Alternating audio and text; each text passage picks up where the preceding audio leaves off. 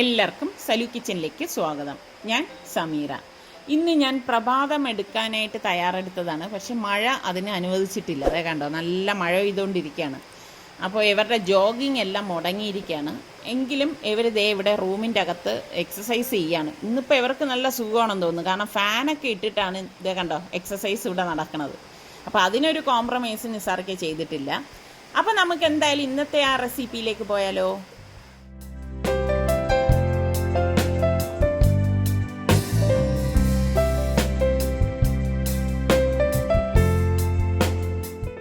ഈ ഒരു ബിരിയാണി ഉണ്ടാക്കാൻ വേണ്ടി ഞാനിവിടെ 1 കിലോ സെല്ല റൈസാണ് എടുത്തിരിക്കുന്നത്. സെല്ല റൈസാണ് ഈ ഒരു ബിരിയാണിക്ക് നല്ലത് കേട്ടോ. ഇതാണ് സെല്ല റൈസ്.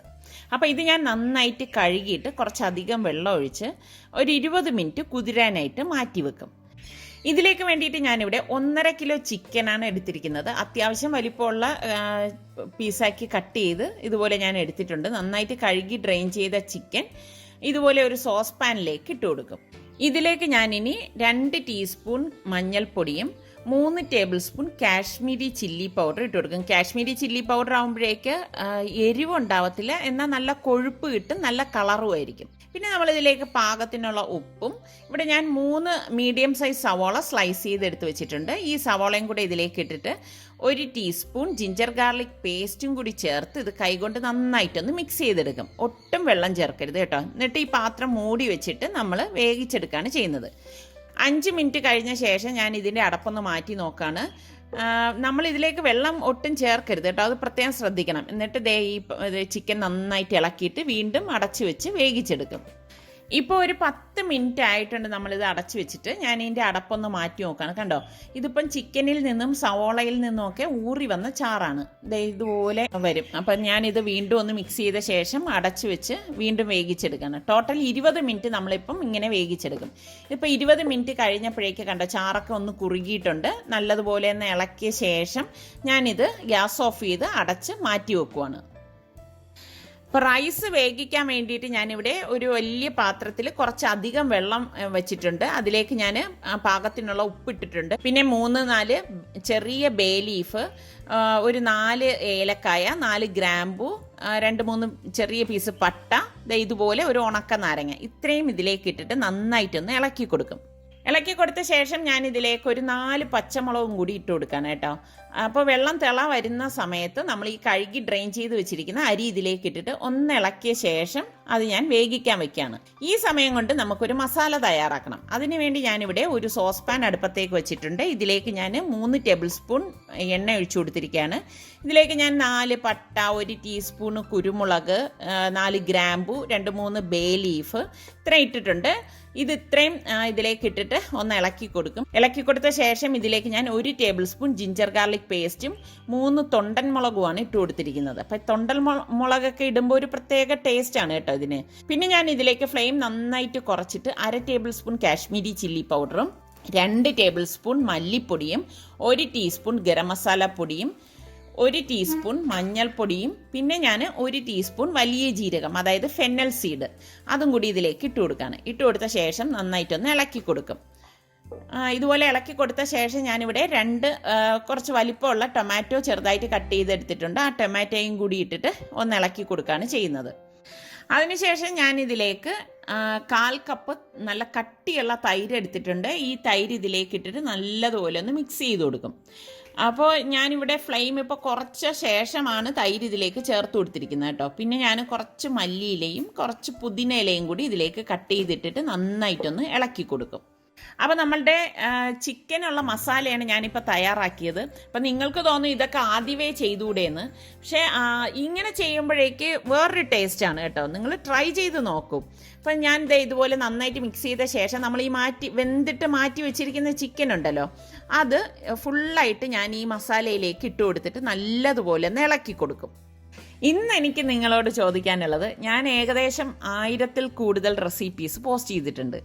അതിൽ നിങ്ങൾക്ക് സലു കിച്ചണിൽ ഇഷ്ടപ്പെട്ട റെസിപ്പി ഏതാണെന്ന് ഒന്ന് കമൻറ്റ് ചെയ്യണേ.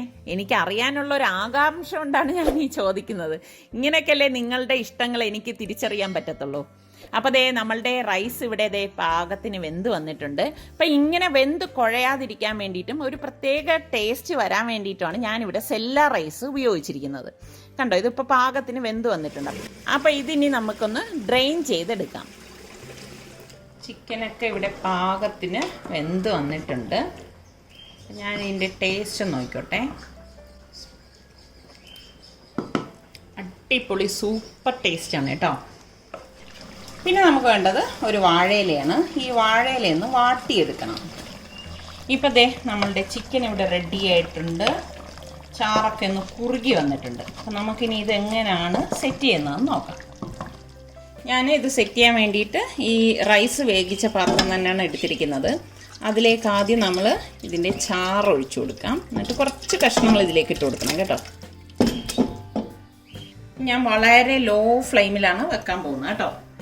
ഇനി ഇതിന് മീതെ നമുക്ക് ഈ വേവിച്ച് വെച്ചിരിക്കുന്ന റൈസ് കുറച്ചിട്ട് കൊടുക്കണം.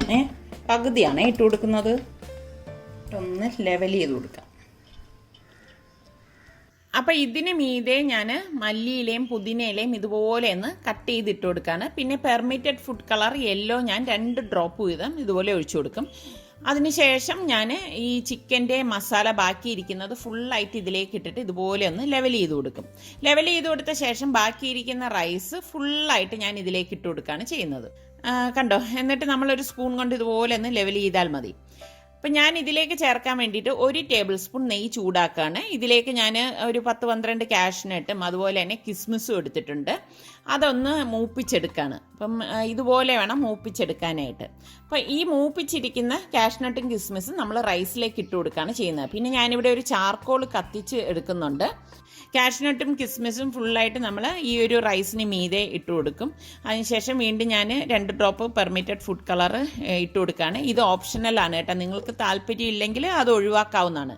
പിന്നെ മല്ലിയിലയും പുതിനയിലയും ഇതുപോലെ കട്ട് ചെയ്തിട്ടിട്ട് ഞാൻ സെൻറ്ററിലേക്ക് ഇതുപോലെ ഒരു ബൗൾ വെച്ചിട്ട് നമ്മൾ ഈ കത്തിച്ച് വെച്ചിരിക്കുന്ന ചാർക്കോൾ ഇതുപോലെ വെച്ച് കൊടുക്കും. അതിനുശേഷം ഞാൻ 1 ടേബിൾ സ്പൂൺ ഓയിൽ ഒഴിച്ചു കൊടുക്കും. ഓയിൽ ഒഴിച്ചു കൊടുക്കുമ്പോൾ ഇതുപോലെ പുക വരും കേട്ടോ. ആ സമയത്ത് നമ്മൾ വാട്ടി വെച്ചിരിക്കുന്ന വാഴയില കൊണ്ട് ഇതൊന്ന് കവർ ചെയ്ത് കൊടുക്കും. കവർ ചെയ്തിട്ട് ഇതിൻ്റെ അടപ്പ് കൊണ്ട് ടൈറ്റ് ചെയ്ത് മൂടിക്കൊടുക്കുകയാണ് ചെയ്യുന്നത്.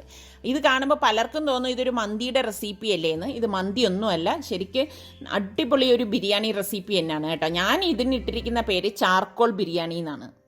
ഈ ബിരിയാണിക്ക് വേണ്ടിയിട്ട് ഞാനൊരു സാലഡ് തയ്യാറാക്കുകയാണ്. അതിനുവേണ്ടി ഒരു ബൗളിലേക്ക് 2 കപ്പ് തൈരും പാകത്തിനുള്ള ഉപ്പും ഇട്ട് ഒരു ഹാൻഡ് വിസ്ക് കൊണ്ട് ഇതുപോലെ ഒന്ന് തൈര് ഉടച്ചു കൊടുക്കുക. നല്ല കട്ടിയുള്ള തൈരാണ് നമ്മൾ ഇതിലേക്ക് ഉപയോഗിക്കുന്നത് കേട്ടോ. പിന്നെ ഇതിലേക്ക് ഞാൻ 1 ടീസ്പൂൺ ചില്ലി ഫ്ലേക്സ് ഇട്ടിട്ട് നന്നായിട്ടൊന്ന് മിക്സ് ചെയ്ത് കൊടുക്കും. ശരിക്കും ഇതൊക്കെ ഇടുമ്പോൾ ഒരു പ്രത്യേക ടേസ്റ്റാണ്. പിന്നെ ഞാൻ 1/2 ടീസ്പൂൺ ചാട്ട് മസാല ഇടുന്നുണ്ട്. അപ്പോൾ ഇതിൻ്റെ ടേസ്റ്റ് ഇഷ്ടമില്ലാത്തവർക്ക് അത് ഒഴിവാക്കാവുന്നതാണ്. പിന്നെ ഞാൻ 1 കപ്പ് ആപ്പിൾ അരിഞ്ഞതും 1 കപ്പ് മാങ്ങ അരിഞ്ഞതും 1 പച്ചമുളകും കൂടി ഇതുപോലെ ഒന്ന് കട്ട് ചെയ്തിടും. ഞാനിവിടെ തൊണ്ടൻമുളകാണ് ഉപയോഗിച്ചിരിക്കുന്നത്. ഒരു വെറൈറ്റി ടേസ്റ്റിന് വേണ്ടി ഞാനൊരു 5-6 കാഷ്നട്ട് എടുത്തിട്ടുണ്ട്. അതും കൂടി ഇട്ടിട്ട് നന്നായിട്ടൊന്ന് മിക്സ് ചെയ്ത് കൊടുക്കും. എന്നിട്ട് ഞാൻ ഇതിലേക്ക് കുറച്ച് മല്ലിയില ഇതുപോലെ ഒന്ന് കട്ട് ചെയ്തിട്ട് പിന്നെ കുറച്ച് മാങ്ങ ഇതുപോലെ ഇതിൻ്റെ മീതെ ഒന്ന് ഇട്ട് കുറച്ച് ചില്ലി ഫ്ലേക്സും കൂടി ഇട്ടിട്ടൊന്ന് ഗാർണിഷ് ചെയ്യണം. അപ്പം നമ്മളുടെ സാലഡ് റെഡി ആയിട്ടുണ്ട്. ഈ സമയം തന്നെ ഞാൻ എണ്ണ ചൂടാക്കിയിട്ട് കുറച്ച് ഫ്രെയിംസും അതുപോലെ തന്നെ പപ്പടവും പൊരിച്ചെടുക്കുകയാണ്. അപ്പോൾ ദേ ഞാനിവിടെ ഓഫ് ചെയ്തിട്ട് ഇപ്പോൾ ഒരു 10 മിനിറ്റ് കഴിഞ്ഞിട്ടുണ്ട്. നമുക്കിതിൻ്റെ അടപ്പൊന്ന് മാറ്റി നോക്കാം. ഇപ്പോൾ ഈ ഇലയിൽ വെള്ളം കണ്ടോ, അത് നമ്മൾ അതിലേക്ക് പോരുത് കേട്ടോ. പോകാതെ തന്നെ ഇല മാറ്റാം.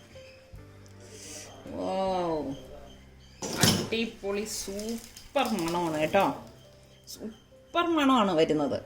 നമുക്ക് ഈ ബൗൾ ഇതിൽ നിന്ന് മാറ്റാം.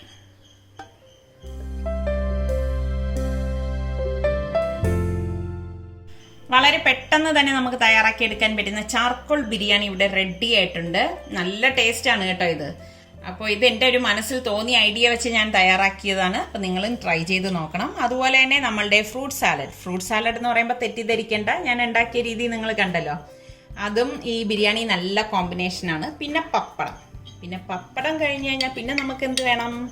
പിക്കിള് വേണം. ദേ നെല്ലിക്ക അച്ചാർ. അപ്പോൾ ഇതിട്ടതിൻ്റെ വീഡിയോ ഞാൻ ഇതിനു മുൻപ് പോസ്റ്റ് ചെയ്തിട്ടുണ്ട്. അതിൻ്റെ ലിങ്ക് ഇതിൻ്റെ ഡിസ്ക്രിപ്ഷൻ ബോക്സിൽ കൊടുത്തിരിക്കാം. അപ്പോൾ ഇന്നത്തെ നമ്മളുടെ ലഞ്ച് എന്ന് പറയുന്നത് ഇതാണ് കേട്ടോ. നിങ്ങൾ ട്രൈ ചെയ്യാത്തവർ ട്രൈ ചെയ്ത് നോക്കിയിട്ട് അഭിപ്രായം പറയണേ. ഇന്നലെ ഞാൻ 3 റെസിപ്പി നിങ്ങളുമായിട്ട് ഷെയർ ചെയ്തിട്ടുണ്ടായിരുന്നു. നമ്മളുടെ കണവ റോസ്റ്റും മീൻ പൊള്ളിച്ചതും നെല്ലിക്ക അച്ചാറും. നിങ്ങൾ എത്ര പേര് അത് ട്രൈ ചെയ്തു, എത്ര പേര് ട്രൈ ചെയ്യാൻ പോകുന്നു? നിങ്ങൾ ട്രൈ ചെയ്യുന്നവർ അതിൻ്റെ ഫോട്ടോസ് ഞങ്ങളുടെ ഇൻസ്റ്റ വഴിയോ ഫേസ്ബുക്ക് വഴിയോ അതല്ലെങ്കിൽ മെയിൽ വഴിയോ വാട്സപ്പ് വഴിയോ ഒക്കെ ഒന്ന് അയച്ചു തരണം കേട്ടോ. അതുപോലെ തന്നെ നമ്മളുടെ പൊതിച്ചോറ് നിങ്ങൾക്ക് എല്ലാവർക്കും ഇഷ്ടമായെന്ന് അറിഞ്ഞതിൽ വളരെ സന്തോഷം. കുറേ പേര് ഫോട്ടോസ് അയച്ചു തന്നിട്ടുണ്ട്.